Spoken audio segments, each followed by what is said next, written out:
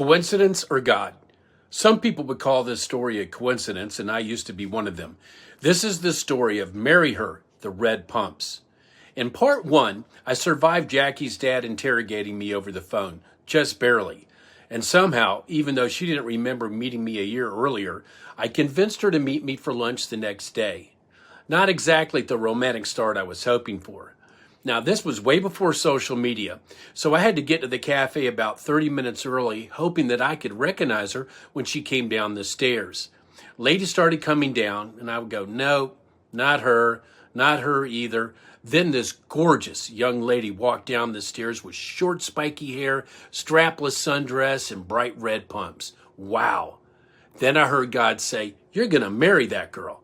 And at that point in my life, God and I weren't exactly close. I can remember thinking, God, I really don't need your help here. I got this. I'm not in here to meet that girl. I'm here to meet Jaci.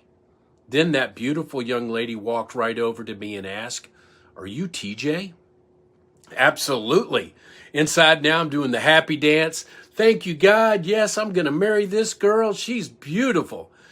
Then she said, "Hi, I'm Jaci. I just want to be up front with you. I'm getting ready to go back to grad school so we can have a nice lunch, but I'm not interested in dating anyone right now." Now I'm thinking, okay, God, first time I actually listened to you and she tells me she's not going to go out with me? How's this supposed to work? But we did have a great lunch, and we actually agreed to meet the following Friday for drinks.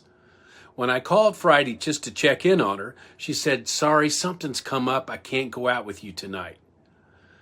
I said, "That's okay. You don't owe me anything." And she replied, "No, you don't understand. We just found out my dad has cancer. I'd really like to stay home." I said, "Jaci, I'm so sorry. Look, give me your address. I'll drop off something. I won't stay, and I'll leave."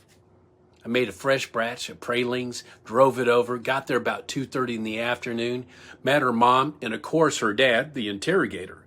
We sat at the kitchen table and talked for hours. He was a former Air Force pilot just like my dad, and both of our families attended church. I ended up leaving around 2 in the morning. Around 8 months later, I asked her to marry me floating near a beach at Lake Lanier.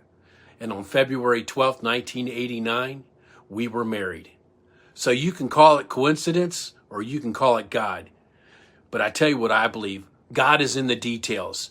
There are more stories like this in my book, Control Freak, The Least Valuable Player. Find my book in my profile and follow me for the next time a story made me ask, coincidence or God.